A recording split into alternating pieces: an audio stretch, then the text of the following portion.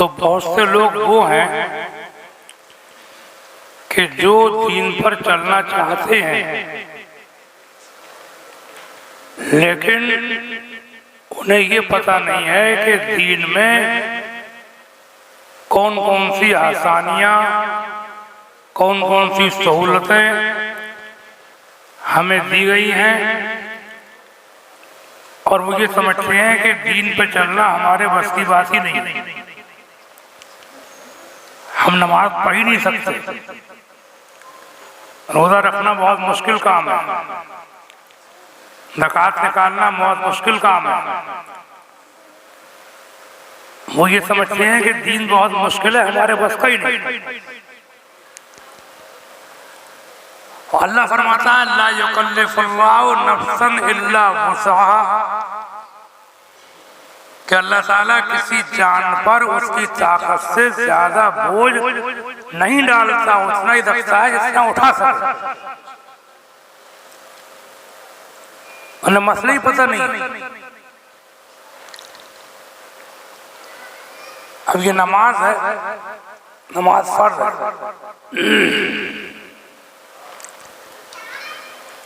लेकिन आपने सुना होगा कि अगर खड़े होकर ना पढ़ सके तो बैठ के पढ़ ले।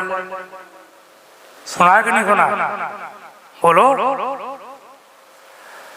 बैठ के ना पढ़ सके तो लेट के पढ़ ले। सुना है? रुकू सजदे ना कर सके तो इशारे से पढ़ ले।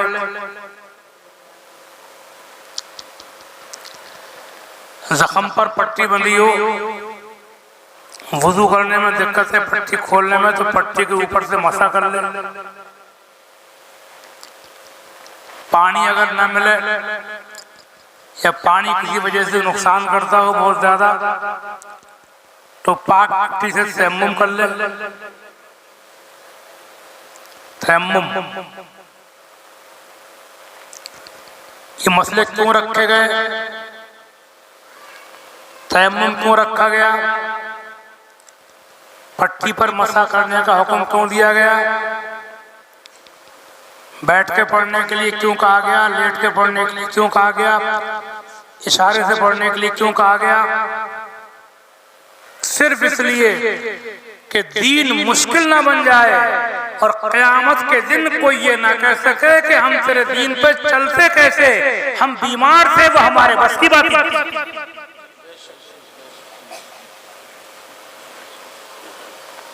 वहां लोग बैठे हुए हैं, इनसे पूछो। बाकायदे फिक़ह की किताबों में एक टॉपिक है, बाबो सलातिल मरीज, बीमारों के नमाज पढ़ने का बयान, पूरा टॉपिक है।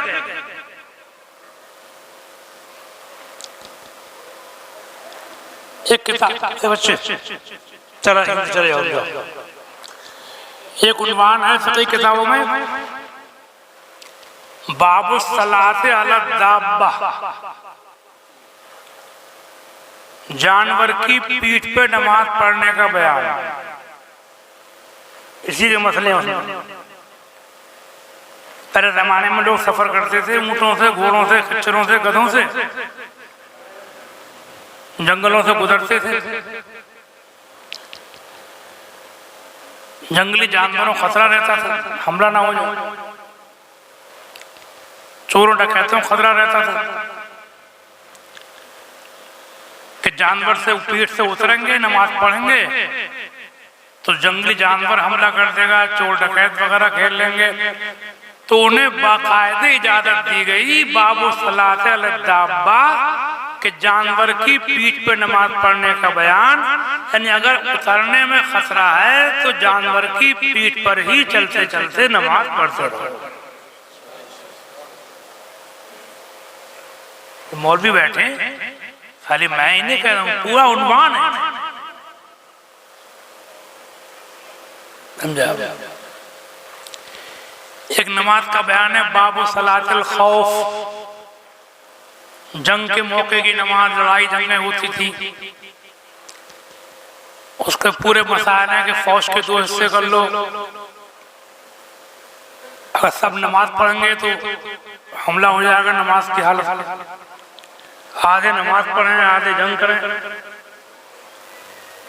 इमाम के पीछे एक रकत पढ़ के ये चले जाएं, फिर वो आए फिर वो पढ़ें, फिर ये आए फिर ये सलाम नाम फेर दे, अपनी पढ़ें अलग पढ़ें, वो अलग भी जमात में मानी जाएगी। और वो जो जंग लड़ने जाएंगे नमाज के दौरान जब तक लौट के आएंगे तो उनका लौट के आने के बाद जो नमाज जहाँ से गए थे वहीं से शुरू करेंगे, मतलब पूरी नहीं बल्कि जो पढ़ ली थी वो उसमें शुमार की जाएगी। इतना चल ली है, जंग लड़ ली और फिर भी वो नमाज जहाँ से शुरू की थी वहीं से मानी जाएगी जहाँ से छोड़ के गए थे। जहाँ से ये रियायतें दी गई, सहूलतें दी गई, आसानियां दी गई। ये आसानियां इसीलिए दी गई कि बंदा दुनिया के अंदर आराम और सुकून की हालत में भी खुदा की इबादत करे और मजबूरियों परेशानियों में भी खुदा को न पाए। बहुत अच्छा समझा? पाकी नापाकी के मसले, बहुत से लोग अपने आप को नापाक समझते हैं, उन्हें पता ही नहीं है नापाक किससे कहते हैं, नमाज छोड़ देते। मैं अपने यहाँ जुम्मे की नमाज में 10 मिनट तकरीर करता हूँ और जुम्मे की नमाज पढ़ाने में कहीं जाता नहीं हूँ। आज मेरी मुंह से हाँ निकल गई, अल्लाह जाने कैसे निकल गई। कोई जादू कर दिया इमाम साहब ने, वो अकरम प्रधान साहब घर पे गए थे, कुछ पढ़ के फूंक दिया, पता नहीं क्या करा, मेरे मुंह से हाँ निकल गया। तो किसी की मानता नहीं है मैं जुम्मे के मामले में।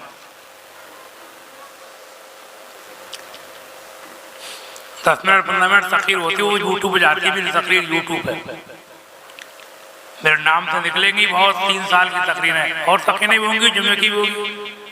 उसमें आपको बहुत मैटर मिलेगा और आपको बहुत सुकून मिलेगा इंशाल्लाह। एक ग्रुप चल रहा है, खुदा को याद कर प्यारे, लड़के चला रहे हैं कुछ हमारे यहाँ। एक मेरे नाम से चल रहा है, मौलाना तस्कीर अहमद, उनको ढूंढो, निकालो, पढ़ो। तो मैं कह रहा था कि ये आसानियां पाकी नापाकी के मसले में सुनो आप,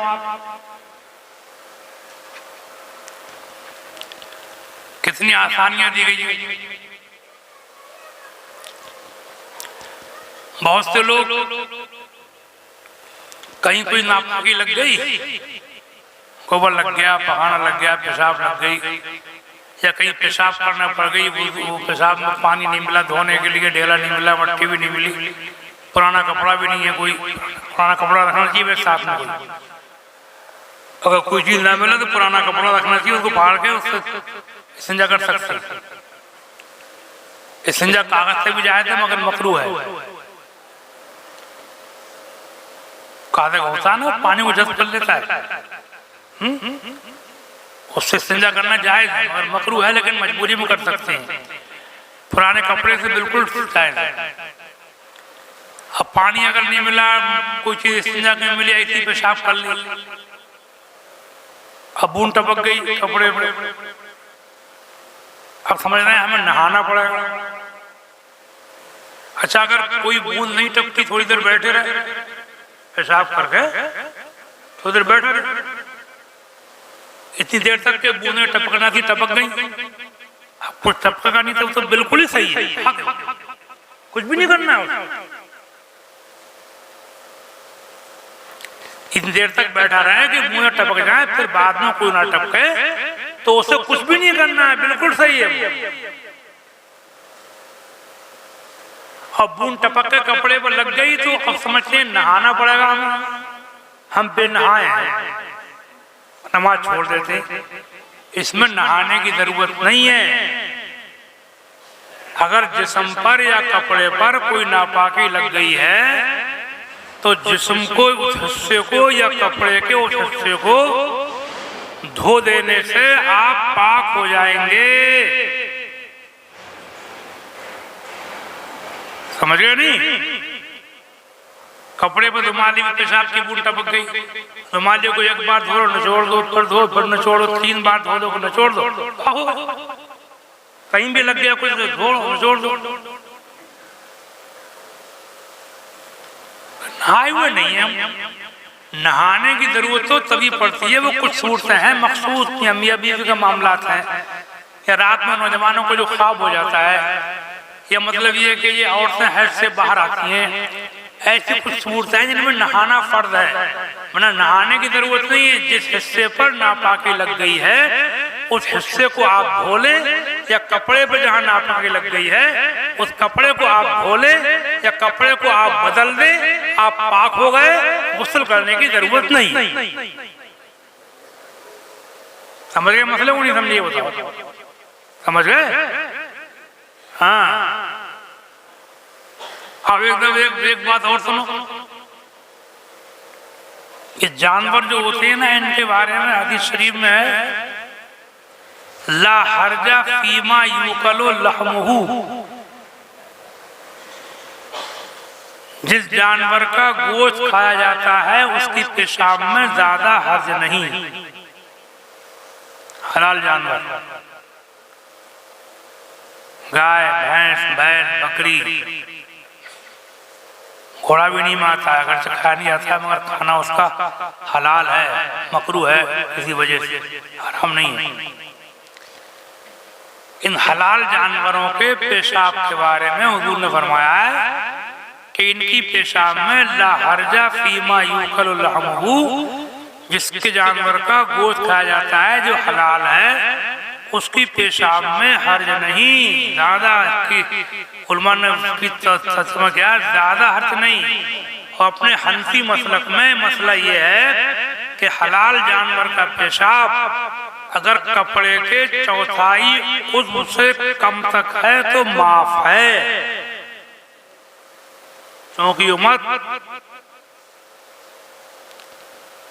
हरम में सब जानवर पालते, तुमसे भी ज्यादा बकरियां, ऊंट, घोड़े इतने पलते थे बेशुमार। बाद लोग तो जानवरों में रहते थे, रात दिन वहीं सो जाते थे, तो उनकी पेशाब के छींटों से बचना नामुमकिन था।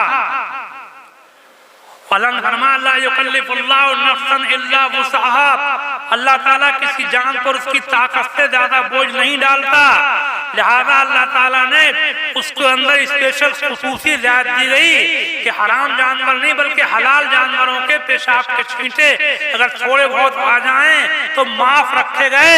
उस हालत में नमाज पढ़ी जा सकती है, जो उससे नहीं बच सकता उसके लिए तो मजबूरी में उसके लिए वो जायज है।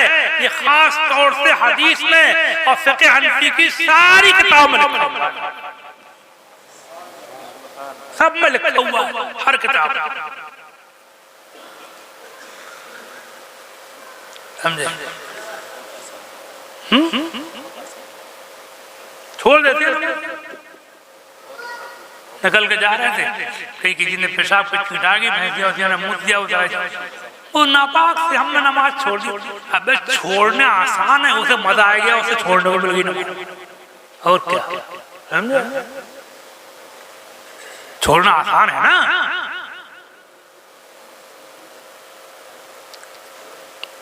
एक मरतबा मैं सफर किया था, कहीं इलाहाबाद की तरफ गया था, लखनऊ स्टेशन में गाड़ी रुकी, त्रिवेणी एक्सप्रेस, 20 मिनट का स्टॉप, असर की नमाज का टाइम।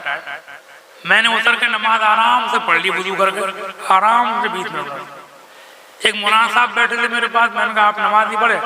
बोले ये प्लेटफार्म है, ये ट्रेन है, मुझे नमाज पढ़ते हुए इसमें कुछ अच्छा नहीं लगता है, पता नहीं पाक है कि ना पाक। मैंने कहा अच्छा, पढ़ने में आपको अच्छा नहीं लगता, छोड़ने में अच्छा लग रहा है। मजा आ गया, बैठे मेरे बैठना पड़ गया आराम से, उठना नहीं पड़ा। उठना पड़ता ना, वुज़ू करना पड़ता, तो उसकी तरकीब ये निकाली शैतान ने, ये बताया कि ये कह दो कि दिल नहीं कर रहा है प्लेटफार्म पर, क्या पता पाक है कि ना पाक है, दिल नहीं कर रहा है। अच्छा हुआ आपका दिल नहीं कर रहा है, तो आपको तो मजा आ गया, आपने आराम से बैठे, आराम मिल गया। हिसाब अल्लाह को देना। पाकी नापाकी के बारे में 3 सूरतें होती, सुनो। कोई चीज हो, जमीन हो, कपड़ा हो, खाने पीने की चीज हो, अगर यकीन से पता है कि पाक है, नापाकी हम अपनी आंख से देख रहे हैं, यकीन, तो उसे नापाक कहा जाएगा। और यकीन से पता है कि पाक है तो पाक कहा जाएगा। और हमें कुछ भी पता नहीं है कि पाक है कि नापाक है, अगर हमें कुछ भी पता नहीं है तो तब भी उसको पाक माना जाएगा। हमें कुछ पता ही नहीं। अब आप पहले जमाने में अब तो एक कानून बन गया, लोग खेतों में नमाज पढ़ते थे, सड़कों में किनारे पढ़ लेते थे। अब क्या पता वहाँ खेत में जानवर ने पेशाब करी, अगर पेशाब दिखा रही हमको तो नापाक है और सूख गई खत्म हो गई हमको पता ही नहीं तो हम पाक माना जाएगा। अल यकीन ला यज़ूल मिन शक, सुबह से कोई चीज नापाक नहीं होती। अगर सुबह से नापाक हो तो कोई चीज पाक रहेगी नहीं। कपड़ा हम पहने बैठे, क्या पता किसने बनाया, किसने रंगा, ऐसे उसके हाथ से कौन सा रंग था, उसमें क्या चीज पड़ी थी रंग में, क्या पता, ऐसे तो हर चीज नापाक हो जाएगी।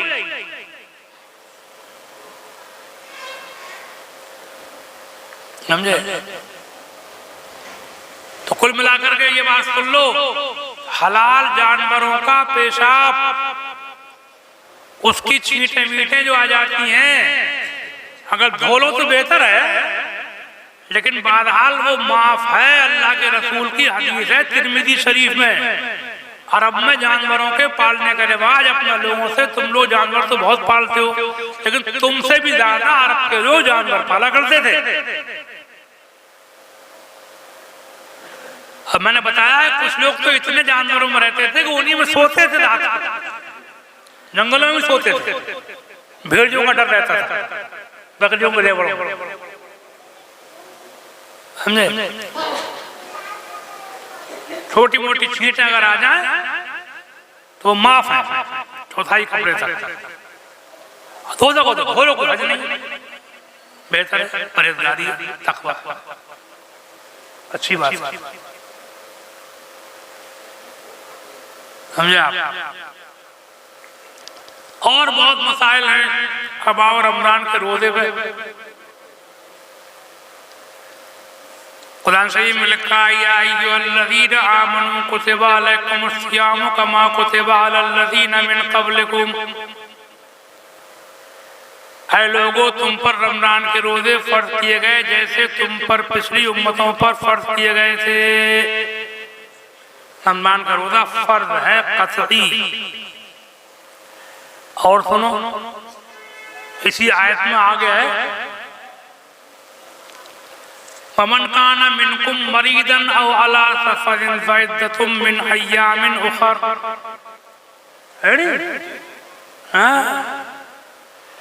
तुम में जो लोग ज्यादा बीमार हो, कितने बीमार,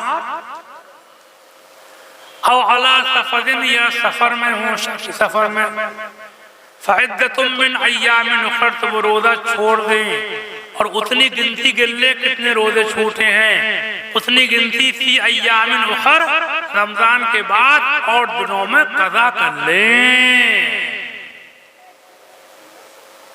छोड़ दो, बीमार ज्यादा होता, मतलब इतना बीमार का रोजा रखेगा तो मर जाएगा, या रोजा रखेगा बीमारी बढ़ जाएगी, खतरा पैदा हो जाएगा। तो इस्लाम में रोजे छोड़ने की इजाजत दी गई, आगे कज़ा कर ले। और सुनो, इसी में आगे और लिखा हुआ है कुरान के अंदर, वअलल्लज़ीना युतीक़ूनहु फ़िद्यतुन तुआमु मिस्कीन, और तुम में जो लोग इतने बीमार हो कि बिल्कुल ताकत न रखते हो, आगे सही होने की उम्मीद ही नहीं है, कि कज़ा भी तो वही करेगा जो सही होगा। अब ऐसा बीमार है कि सही होने इतना बूढ़ा है कि उठने का उठेगा ही नहीं, ऐसी मौलिक बीमारी है कि उम्मीद नहीं है सही होने, जब सही होने की उम्मीद नहीं है तो कज़ा कैसे करेगा? फरमाया फ़िद्यतुन तुआमु मिस्कीन, एक रोजे के बदले में एक मिस्कीन को फिदिया दे दे, यानी एक मिस्कीन को दोनों टाइम की खुराक ही दे दे, रोजा छोड़ दे।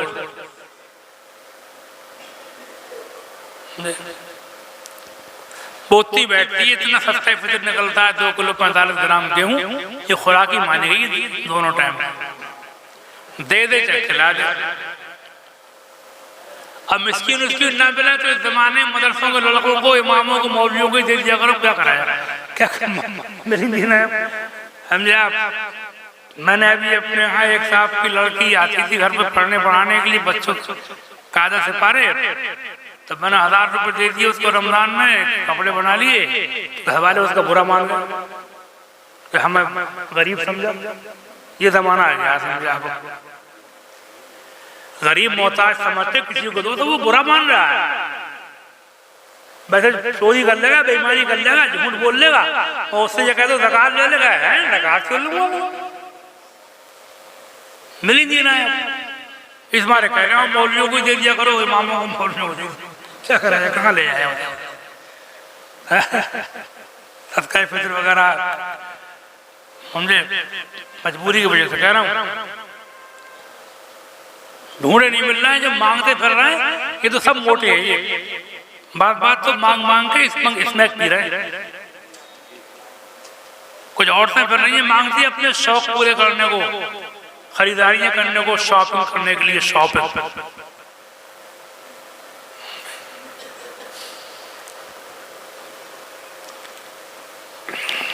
तो एक रोजा छोड़ने के बदले में कितना 2 किलो 45 ग्राम गेहूं दे सकता है वो आदमी के रोजा रखने का मौका भी ना हो और आगे सही होने की उम्मीद भी ना हो। और सुनो, इस आयत की तफसीर में लिखा हुआ है कि अगर ऐसा गरीब है कि उसके पास देने को फिदिया भी नहीं है और रोजा रखने की ताकत भी नहीं है और आगे सही होने की उम्मीद भी नहीं है, तो उसके लिए रोजा बिल्कुल माफ, पूरी छुट्टी होगी, क्लीन चिट। समझे?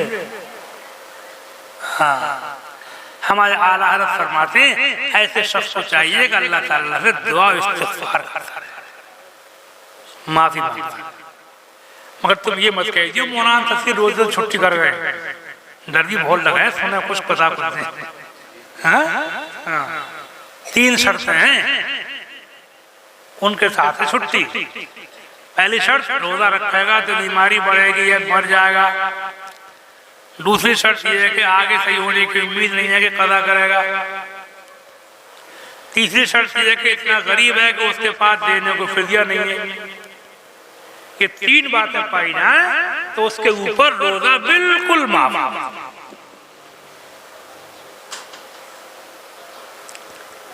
समझे? अच्छा, कोई मसला किसी को पूछना हो तो खड़े को पूछ लियो बात। अब आओ ज़कात की तरफ। तीसरा फर्ज इस्लाम में ज़कात। ज़कात फर्ज है। ज़कात क्या है? अब बोलो, कितनी निकलती है? 1000 में 25 रुपए। 1000 में, सब बोलो, कितनी मर्तबा निकलती है? साल में 1 मर्तबा। क्या मर्तबा?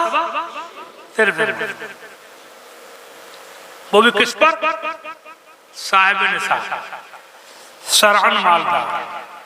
52.5 तोला चांदी या 7.5 तोला सोने के बराबर उसके पास सोना चांदी हो या नकद पैसा हो या वो माल हो कि जो उसने बेचने के लिए रखा, काम के लिए नहीं बल्कि बेचने के लिए, उसे बोलते हैं माले नामी या माले तिजारत।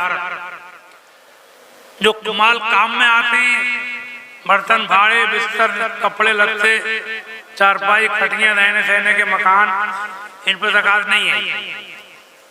ऐसे ही जो चीजें पेशा की चीजें होती हैं, पेशे वाली चीजें, इनसे आदमी काम करता है, नहीं डालता। नमाज फर्ज की गई, रायतें दी गई, रोजे फर्ज किए गए, रायतें दी गई, ज़कात फर्ज की गई, गरीबों को अलग खड़ा कर दिया गया, मालदारों को फर्ज कर दिया।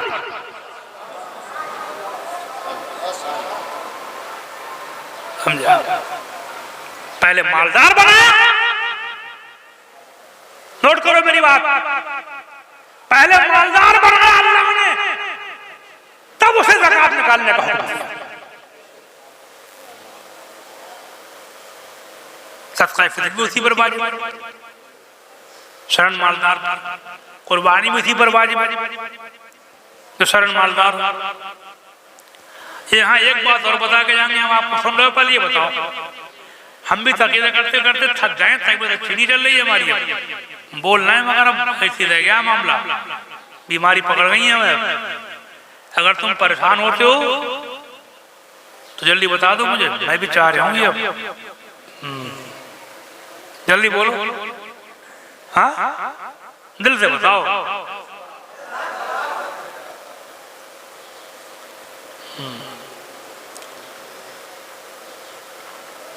ये अपने आप पर जो फातिहाएं होती हैं, तीजे, दसवें, 20वें, 40वें, छमाही, बरसी, कूंडे, हलवे, पूरी, खिचड़े, मलीदे, और कौन कौन सी होती हैं? हाँ, ये फातिहाएं अपने सुन्नी मजहब में सिर्फ मुस्तहब हैं, फर्ज वाजिब बल्कि जिस तरीके पर मखसूस होती हैं उस हैत कदाइया के साथ सुन्नत भी नहीं है, सिर्फ मुस्तहब है। मतलब शरअन लाज़िम जरूरी नहीं है। जरूरी है नमाज, जरूरी है रोजा, जरूरी है ज़कात, फातिहा सिर्फ है मुस्तहब।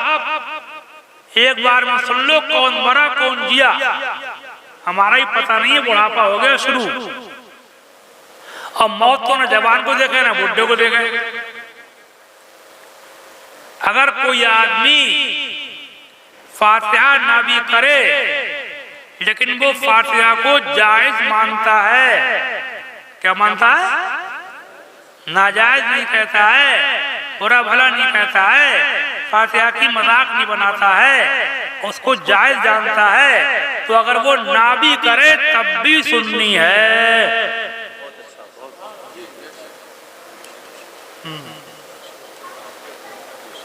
पूरी ना बनावे, हलवा ना पकावे, खिचड़ा ना बनावे, मलीदा ना बनावे, या बाहर भी शरीफ में सजावट ना करे, डेकोरेशन ना करे, झंडा ना लगावे, समझे, पुलाव ना पकावे, समझे, और 40 में 20 में कोई फातिहा एक आध ना भी करे तब भी वो सुन्नी है, जबकि उसे जायज बुरा ना कहना, बुरा कहना, नाजायज कहना, मजाक बनाना, ये वहाबियों का काम है। सुन्नी अगर फातिहा न भी दिलाए लेकिन उसको जायज मानता है तब भी सुन्नी।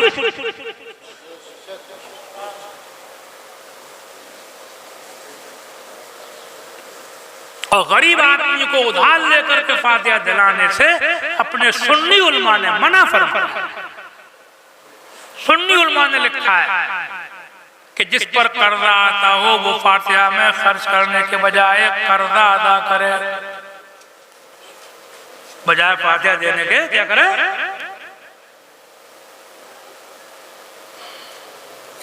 शान शकीना दिखावे। गरीब आदमी के लिए अपने बच्चों की परवरिश करना भी बेहतरीन फातिहा है।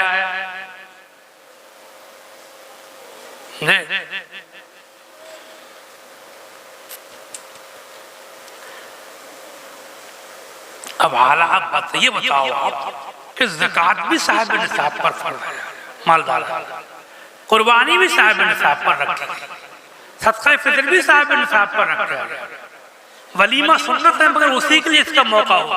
और हमने ऐसा माहौल बना दिया है कि फातिहा कोई न दिलाए कितने गरीब आदमी उसके पीछे पड़ जाएंगे हाथ धो करके।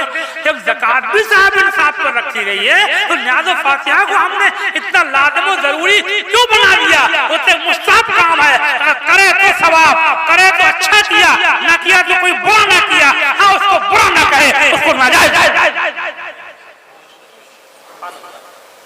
समझे। ऐसा जकड़ दिया है फातिहाओं में। अभी मैंने सुना एक जगह पर एक मौलाना साहब ने अपनी बीवी के चलिस्मे में, अपनी बीवी का अपने बाप के चलिस्मे में अपनी जिरुआ का बीवी का जेवर गिरवी रख के चलिस्मा कराया। तो लोगों को पता लग गया, उन्होंने कहा आपने बीवी का जेवर गिरवी रख के चरिश्मा कराया, ऐसा क्यों किया? बोले डर के मारे कराया, कहीं लोग भाभी ना कह दे मुझे, डर पैदा पड़ा है। अरे डर में है अपने लोगों का भी हाथ मारा, बताया नहीं पब्लिक को बताया नहीं हम लोग, तो सबूत देते रहे जायज है जायज है। अबे ये भी तो कहोगे सिर्फ जायज है, जरूरी नहीं है।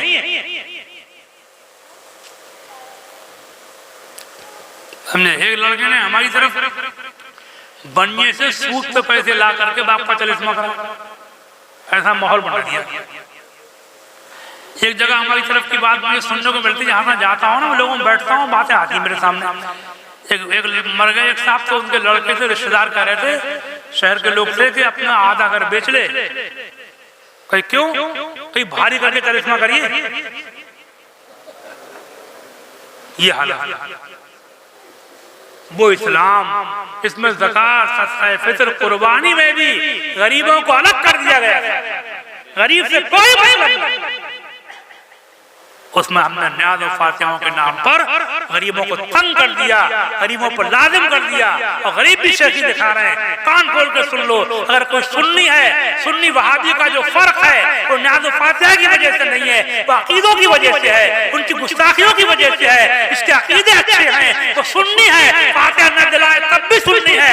इसके अकीदे खराब है तो वहाबी है, फातिहा दिलाए तब भी वहाबी।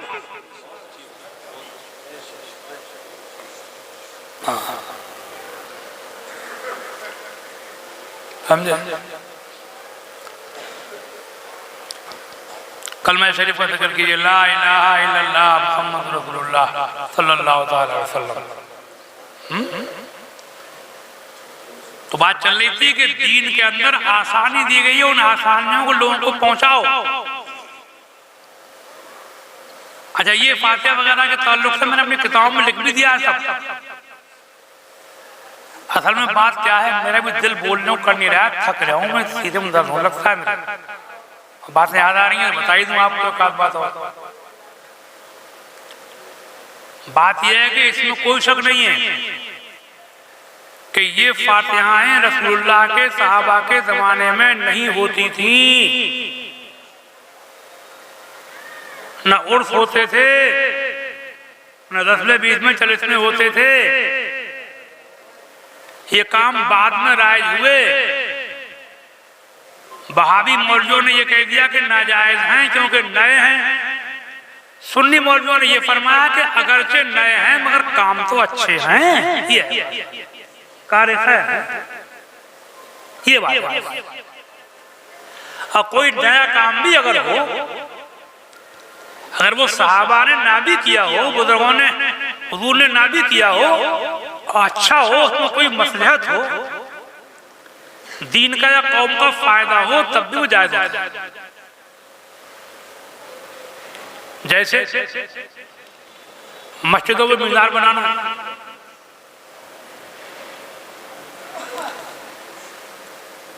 रसूलुल्लाह के, सहाबा के, ताबईन के, तबे ताबईन तक के जमाने में मस्जिदों पर गुंबदों मीनार नहीं बनते थे। समझे? क्यों बने? जब इस्लाम बहुत तरक्की कर गया, बड़े बड़े शहरों में पहुंचा, ऊंची ऊंची बिल्डिंगों के दरमियान मस्जिदें बनी, तो बुजुर्गों ने मीनार बनाना शुरू कर दिए ताकि ऊंची ऊंची बिल्डिंगों के अंदर भी मस्जिद दूर से दिखाई दे जाए और परदेसी आदमी को खास तौर से मस्जिद ढूंढने में दिक्कत न हो। इस मसलहत से नया काम शुरू किया गया।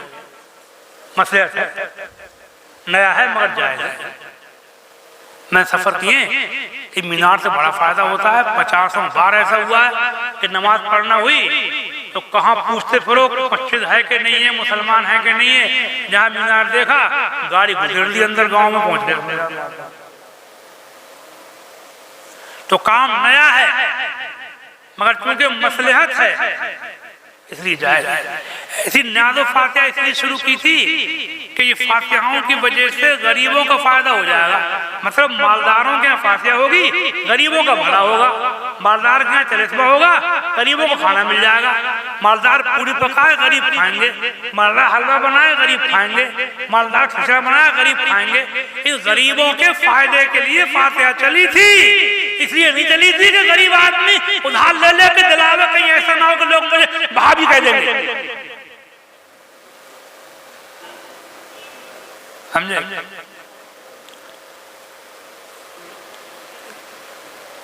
रोजे के बारे में बात आई थी कि रोजा माफ कर दिया गया उसके ऊपर, और उसी में आ गया अल्लाह फरमाता है युरीदुल्लाहु बिकुमुल युस्रा वला युरीदु बिकुमुल उस्र, अल्लाह तुम्हारे साथ आसानी चाहता है, तुम पर सख्ती नहीं चाहता। अच्छा, ये उलमाए किराम तशरीफ फरमाए, मैंने ये देखा है कि दीन के बारे में जो आसानियां दी गई हैं उनको बताया जाए तो लोग दीनदार ज्यादा होते हैं।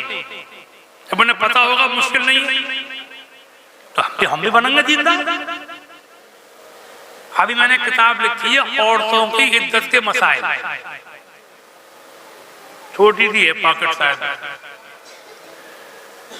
बहुत सी आदात ख्याल औरतों ने इज्जतें करना छोड़ दी शौहर के मरने के बाद। हम तो होगी नहीं, हमारे बस की है ही नहीं इज्जत, क्यों छोड़ दी? इतने कर्रे मसले बताए कि इज्जत के नाम से घबरा गई औरतें। इज्जत में कोठरियों बंद कर देती, गर्मी पड़ रही है पैक कर दिया, पर्दे टांग दिए, बच्चों से पढ़। हमारे यहाँ एक लड़का मेरे पास आया, कह रहा है मेरी सगी खाला है जो बेवा औरत है, मुझे नहीं जान दे रही है औरतें उसके पास, सगे भाई।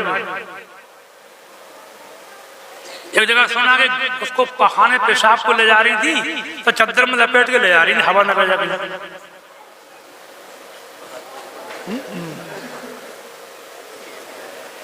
एक हमारे यहाँ मौता हुआ तो बाहर की औरतें आई थी, रिश्तेदार कुछ, उन्होंने फतवा दिया कि इज्जत में चांद देखना, चांद पर नजर ना पड़ जाए, सूरज पर नजर ना पड़ जाए, तारों पर नजर ना पड़ जाए, किसी आदमी का साया ना पड़ जाए। एक औरत हमारे यहाँ मार डाली, एक गांव की बात, इज्जत में आदमी मर गया, औरत भी मार दी, गर्मियों में से पैक कर दिया,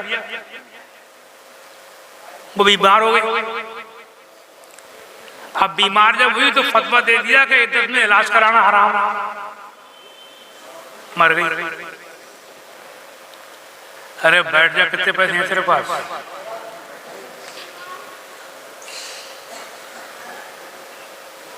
समझ में बात आई नहीं आई? कहीं इलाज कराना हराम। तो मैंने एक छोटी सी किताब लिखी है, हालात मेरे पास मसले आते हैं मुझसे, फोन पर लोग पूछते हैं मसले, तो मैंने सोचा कि अरे हमें तो पता ही नहीं है, हम तो आराम से बैठे हैं, इस्लाम में इज्जत रखी गई है, मगर इस्लाम में इज्जत के नाम पर तो बड़ा जुल्म हो रहा है। बेचारी आदमी ऐसे मर गया होता है, ऐसे मारो। तो मैंने छोटी सी किताब लिखी है कि इज्जत किसे कहते हैं। उस किताब को पढ़ करके मैंने अभी सुना है, कुछ कई हजार किताब मैंने बंटवाई अपने यहाँ, जिनमें की नमाज में बांट पढ़ी, औरतों ने पढ़ी। तो कई औरतें जो इज्जत नहीं कर रही थी, उन्होंने इज्जत करना शुरू कर दी कि अगर ये मसले हैं तो हम भी इज्जत करें। दीन में आसानी बताने से दीनदार ज्यादा होते। और आप दीन को ऐसे बना के पेश करोगे, अरे ये तो बहुत करना काम है, ये तो मौलवियों के अलावा किसी के बस की बात नहीं है भैया। नमाज पढ़ना उसी काम है जो खाली रहता हो, हलवा फिरता हो। काम वाला आदमी कैसे नमाज पढ़ लेगा? ये दिमाग में। किताब को पढ़ के बहुत सी औरतें इज्जत करने लगी, खत्म हो गई। इस टाइम मैं आपको दे जाता 5000 छपाई थी, अभी और छपाऊंगा। हमने पॉकेट साइज में है, छोटी सी है, जेब में आ जाए, एक साइड से हिंदी, एक साइड से उर्दू। और इज्जत है क्या? 4 महीने 10 दिन घर में रहे, बाहर ना निकले, घर में कहीं भी रह सकती है, कोठे आंगन बरांडे समझ आ सकती है।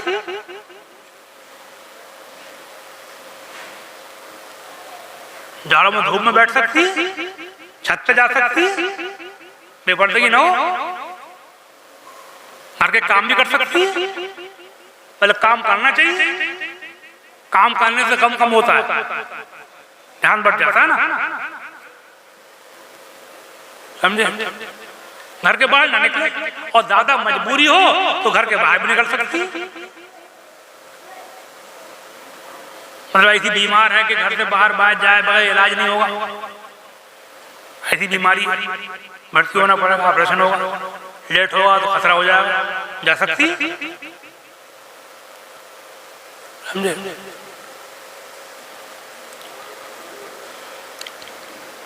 और डॉक्टर को दिखाना भी जायज़ है, देखना भी जायज़ है, हाथ पकड़ना भी जायज़ है, इंजेक्शन लगाना भी जायज़ है, बोतल चढ़ाना भी जायज़ है, आप सब जायज़ है। बिला वजह की बातें कर करके मार डाला उस औरत को, इलाज कराना ना जायज़ है, समझे। ऐसी गरीब है, घर में रहेगी तो फाका हो जाएगा, जा सकती है। घर कच्चा है, गिर रहा है, खतरा है, निकल सकती है। घर में इज्जत का खतरा है, ऐसी जगह जान का माल का इज्जत का खतरा, निकल सकती है। सब लिखा हुआ बताऊं,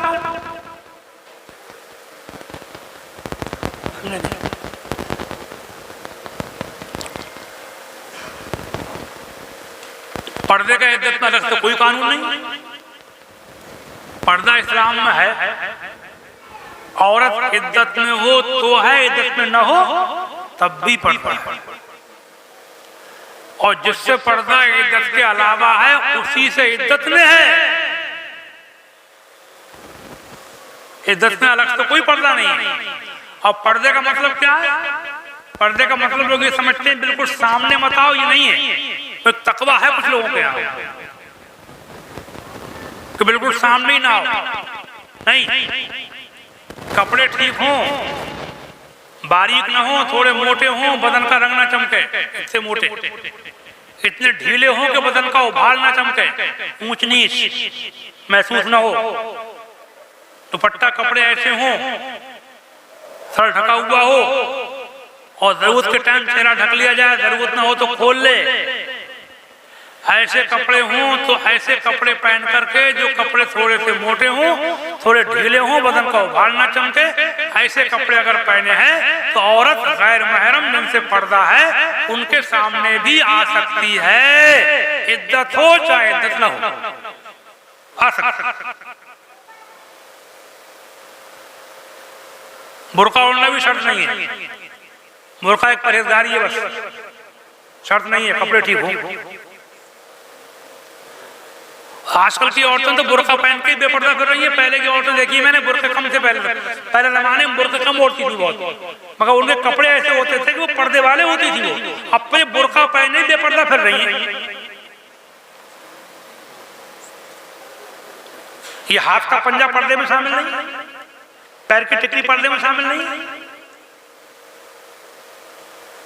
साहबा किराम के जमाने में हदीसों में लिखा हुआ है मदीना शरीफ की औरतें नमाज पढ़ने मस्जिद में आती थी, बात को मना किया गया,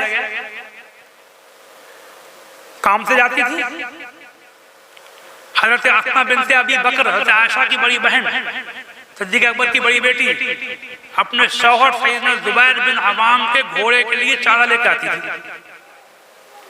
बुखारी में है। जंगों के मौके पर, जंग ओहद वगैरह में खास तौर से सहाबा की औरतों ने जख्मियों की खिदमत की है, जख्मियों को उठा उठा के लाएंगे, उन्हें पानी पिलाए हैं। खुद हजरत आयशा सिद्दीका ने अपने कांधे पर मश्क रख करके पानी ढोया है जंग में, समझे। ये सब मैंने अपनी किताब दीन की बुनियाद आसानी पर लिख दिया है। आज तो मेरी 3 किताबें ले जाओ, तकरीर तो कर रहा हूं, मुख्तम 3 किताबें ले लो आज। एक का नाम है दीन की बुनियाद आसानी पर, तकरीर जो हो रही है यही मौजूद है पूरा। तकरीर में कम बातें आई हैं, उसमें बहुत बातें मिलेंगी आपको कि किस मौके पर इस्लाम में हमें क्या फैसिलिटीज और क्या सहूलतें दी गई हैं। आप किताब पढ़ेंगे तो आपको अंदाजा लगेगा कि आम हालात के मजहब के आकाम अलग हैं और मजबूरी के मसले अलग, जबकि मजबूरी सही माना मजबूरी हो, बहाने वाले मसले अलग। दीन की बुनियाद आसानी पर, और एक किताब ले लियो खुदा को याद कर प्यारे। इंशाअल्लाह नमाज की बात करी मौलाना मकबूल साहब ने, आप उसको पढ़ लेंगे तो आपको नमाज पढ़ने में इंशाअल्लाह मजा आएगा। नमाज जो आपको भारी पड़ती है ना, आपको ऐसा लगेगा कि खाने में इतना मजा नहीं आएगा, इतना मजा आपको नमाज पढ़ने में आएगा। और छोटी सी एक किताब और है, बीमारियों से कैसे बचें, तरकीब में लिखी है मैंने। गंडे तावीज वाले तो बहुत फर रहे हैं। कल मेरे पास भी एक औरत आ गई, दुआ कर देता हूँ, पढ़ के फूंक देता हूँ, गंडे तावीज नहीं करता हूँ, पानी में पढ़ देता हूँ। तो वो बता रही थी उनकी लड़की पैरों में दर्द था कि कन्ने धन्ने के वाले के पास गई, उन्होंने कह दिया असरात हैं, असरात, जो भी आ जाए उसे भूत बता रहे हैं, भूत है, जिन्न है, भूत है, जिन्न है, भूत है, असरात हैं, जादू है, किसी ने करा दिया है। अरे मैंने कहा ये लाखों आदमी पड़े अस्पताल, पटे पड़े, भरे पड़े अस्पताल, सब जिन्न भूत कर रहे हैं। कुछ तरकीबें लिखी है मैंने बीमारियों से कैसे बचे।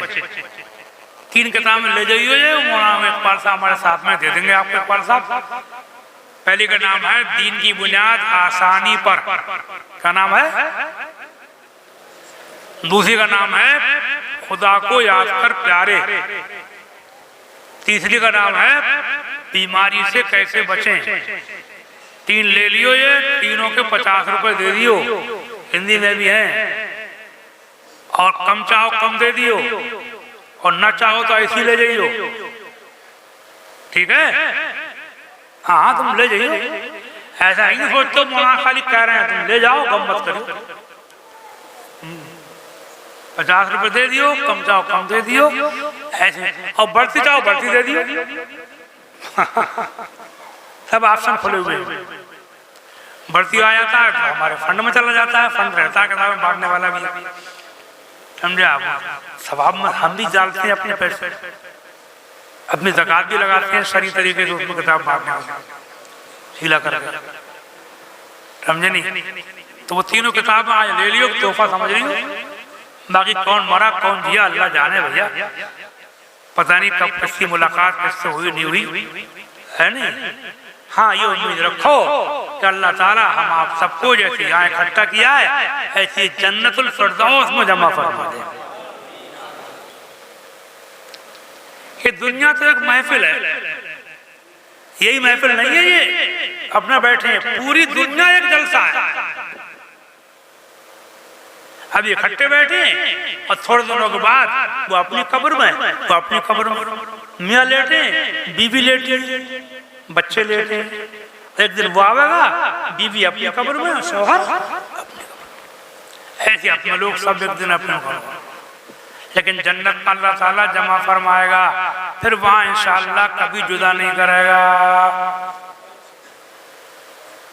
कभी सब।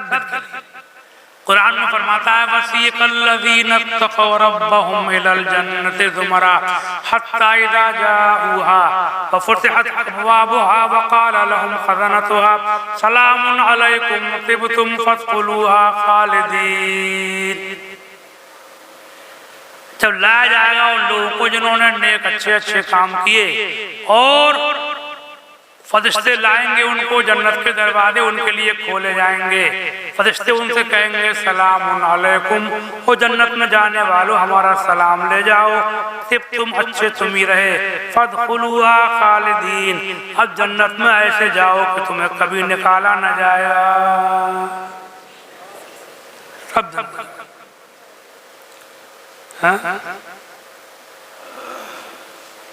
उतरते चांद ढलती चांदनी, जो हो सके कर ले। 2 शेर सुन लो फिर खत्म होने बाद। उतरते चांद ढलती चांदनी, जो हो सके कर ले, अंधेरा पाक आता है ये 2 दिन की उजाली है।